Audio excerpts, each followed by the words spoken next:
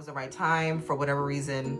I feel like, and it's so funny because I got this channeled message about vampires right before, I forget the guy's name, the producer that dropped the movie on Sinners. So I got this channel message, and then Sinners, I think, was dropped, the following month, which is, of course, don't be like Diddy, don't be like Sean Combs, who, out of his ignorance, tattooed a goddess, which is a Loa demigoddess. He tattooed a voodoo demigoddess on his back, which is Ezeli Darto, the Black Madonna. Some may call it the Black Madonna and Child. Okay, once he got that tattooed on his back, it was almost like now he's getting a spanking. Okay, hey y'all. So I wanted to come in with a quick message. I'm being guided to give this message. I'm not really sure. I mean, I guess I can kind of surmise why. But it's about vampires. So I was reminded about the famous HBO TV show called True Blood. And in True Blood, it was a story about vampires. Vampires seems to be the theme even now with the Sinners movie that just came out. So I was getting a message, and sometimes I'll get my channeled messages either like during meditation or while I'm writing. I'll get like a nudge to like completely write something else. Okay, so I'll get my messages in many different ways. So wanted to come in and share with you guys a channeled message that I got about vampires and the energy. So the vampires as we know it, like that show True Blood, they don't necessarily drink blood per se, okay, but they do drain energy, and they are in fact very real. For whatever reason, I do feel like our ancestors, our spirit guides, are guiding us to be mindful of vampires, okay, energy vampires and things of that nature, and to really protect your energy. Stay prayed up, okay, always stay prayed up. But anyway, so this message, I actually got this message on 3/20. This was on a Thursday. So this is March 20th of this year at 12:23 p.m. Okay.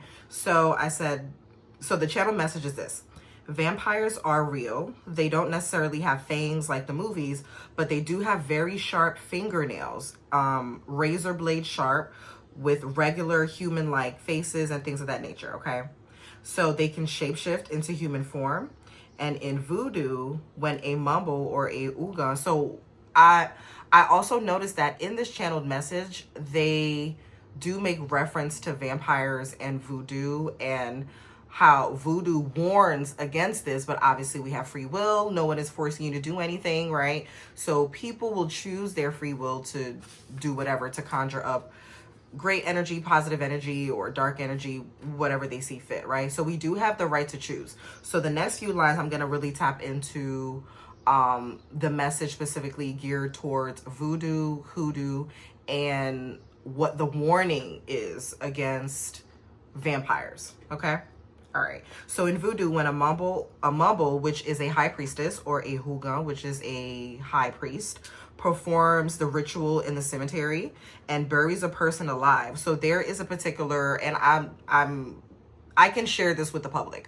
So there's one particular ritual when it comes to voodoo where they sometimes, not everyone, but sometimes the initiate will have to be buried, right? A burial of sorts to kill the old self in order to come out as a new person. So they'll actually go through the burial ritual and things like that, where the person is laid, in like a coffin-like type of thing. They pour dirt on them or whatever the case may be. Obviously, they're not, covering their face or whatever. Or sometimes a person may have to spend several nights in the cemetery, like overnight, okay? So there's many different things that happen. But in one particular ritual, the person is guided to the cemetery. They're guided to the cemetery by the mumble or the uga, and the person is buried alive or leave them there overnight. They make a pact and are and are now binded to this vampire being and Bawon energy. So Bawon, I will talk about who the demigod Bawon is. He's better known as Bawon Samedi. He's been depicted in The Princess and the Frog.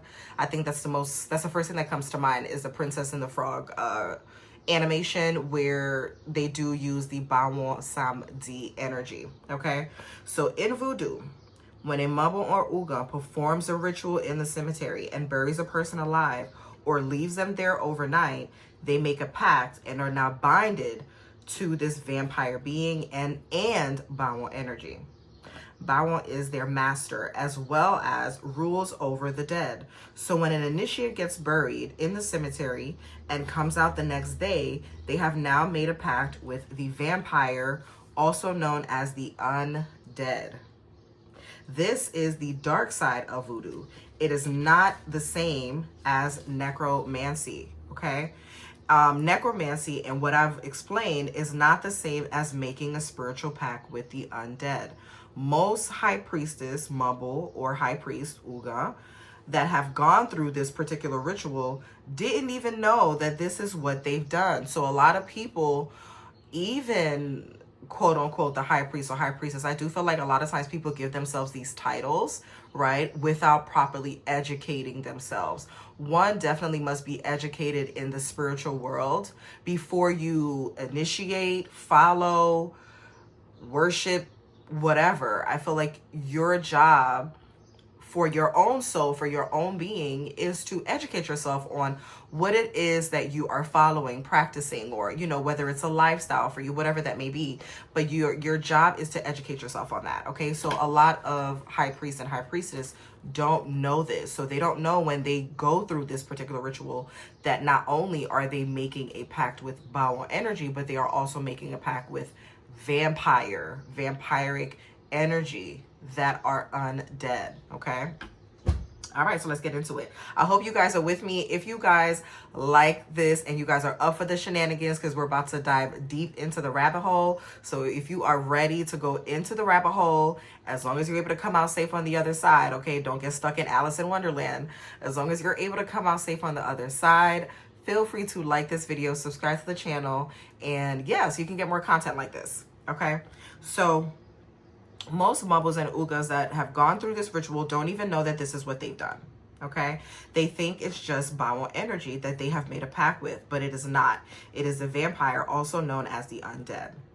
Now, the undead do have special powers as well, like cure people of curses, hexes, and bring people back to life and cure them of terminal illness. Okay, so the vampires are able to cure humans of terminal illness the same way that they are depicted in the movies. However, the fangs and the blood sucking, all of that is not necessarily how they work. But the sharp nails, they do have that right in the entertainment industry. The sharp nails, that's 100% correct. But the sharp teeth, not necessarily. Okay. Where was I at? Okay. So they're able to cure people of terminal illness. They are able to, so they do work through time. The undead, also known as vampires, okay? The way that they travel through time, if that makes sense, like in between time. They are able to travel in between time in that realm, okay? But although they are able to cure terminal illness, they are not able to restore the soul. So they are not able to restore a person's soul. They can only animate the body. They are not able to, you know, bring in the Ka, the spark of light from the creator of all. They're not able to bring that in. However, they are able to animate the body, but it will be a soulless animated body, okay? So they simply cure diseases and remove disease from the person altogether. They can increase a person's physical strength. They can cure blindness and cure erectile dysfunction, ED, in men. They also can make an unattractive person, so quote unquote unattractive, okay? They can also make a quote unquote unattractive person, because beauty's in the eye of the beholder, all right? So beauty standards are going to be different for everyone, but you know what I mean, okay? They are able to, they can also make an unattractive person have allure and draw people to them, okay? Kind of like, I would say almost like a siren energy, but not quite. Not quite, but something like a siren energy where you're able to pull people towards you with your allure or your gaze, things like that, okay? They can glamour or glamour you up and make you attractive to almost any and everyone. They can make you extremely intelligent, which of course can bring you fame and fortune on a dark level, okay? They don't necessarily work for the devil, or some may say Satan, right? But they do work for Bawon. Bawon energy. Bawon, like I said, is a demigod. That's Baron. Bawon is a demigod, or some may like to call it in Creole would be the Loa or Aloa, but it's really Loa, Lwa, okay? So they do work for Bawon and Bridget. So Bridget, in voodoo, just like in ancient Kemetic and I'll say ancient Egyptian times, right? There's always a masculine and a feminine. So in voodoo, we also honor and venerate the masculine and the feminine energies. So whenever we have a loa that represents the masculine energy, like Baron, we're also going to have a another demigod that represents the feminine energy. So they would be like their consort, or loosely call it like their wife, okay? The feminine counterpart. So when a person makes this pact for fame and fortune, right, they're not necessarily working for the devil. A lot of times they will work for Bawon or Bridget, okay? The devil and satanic energy is much darker and deeper into the occult, okay? So Bawon and Bridget rule the underworld, the dead, and the undead. So that is what I feel like most people that practice voodoo, even hoodoo, okay, do not know this. They don't know that when they are doing certain rituals, that it's not just you are calling all aspects of that deity. That is why it's very, very important to educate yourself, and just don't play around and don't dibble and dabble in things that you don't know, right? And of course, don't be like Diddy, don't be like Sean Combs, who out of his ignorance tattooed a goddess, which is a Loa demigoddess. He tattooed a voodoo demigoddess on his back, which is Ezeli Dartar, the Black Madonna. Some may call it the Black Madonna and Child, okay? Once he got that tattooed on his back, it was almost like now he's getting a spanking, a public spanking, because he is not living up to the standards of that energy, okay? So one definitely has to educate yourself when it comes to voodoo. If you don't know, ask. If you don't want to ask, go into meditation. And if the information is meant for you, and if the universe wants to open up its gates and allow the energies to relay a message to you or to teach you, because I do feel like a lot of times we can be taught through the ethers, right? So if you don't want to read a book, or you don't want to do your research, simply go into meditation and ask for the answers, and you'll be surprised what you get, okay? So I'll say that. Okay. So let's continue. So, okay. If an initiate, okay, so one of the questions that I asked while I was channeling the message was, if an initiate undergoes a ceremony without proper knowledge, can this be undone? Okay. The answer is yes. But the high priestess or high priest, also known as the Mabo or the Uga, who knowingly does not inform the initiate of this, will face serious consequences, okay? A woman or a man who calls himself a mumble or a uga, high priest or high priestess, and doesn't know this information is a fraud. Is a fraud, and the title is a false title, okay? The vampires, also known as the undead, are also responsible for wiping out the memories of the souls that are being reincarnated back to Earth. Some of them live on the dark side of the moon. Some of them are on Earth right now in the astral realm, okay? So that would be like 4D, the fourth dimension, okay? So why does a soul get reincarnated, right? This happens when a soul still has lessons that need to be learned. The undead will wipe their memory. Once a soul has learned the lessons that needs to be learned, they will evolve out of this process of looping and reincarnating, right? They will evolve out of that process. And the undead no longer need to perform this memory erasing on that soul. The soul will go through a process called ascension instead of memory erasing. Okay, so that was the message. That was a channel message about vampires. Like I said, I got this message back in March, and I wasn't really sure what to do with it. So I just wrote it down, and I knew that I was going to be guided to share it when it was the right time. And I feel like now is the right time for whatever reason.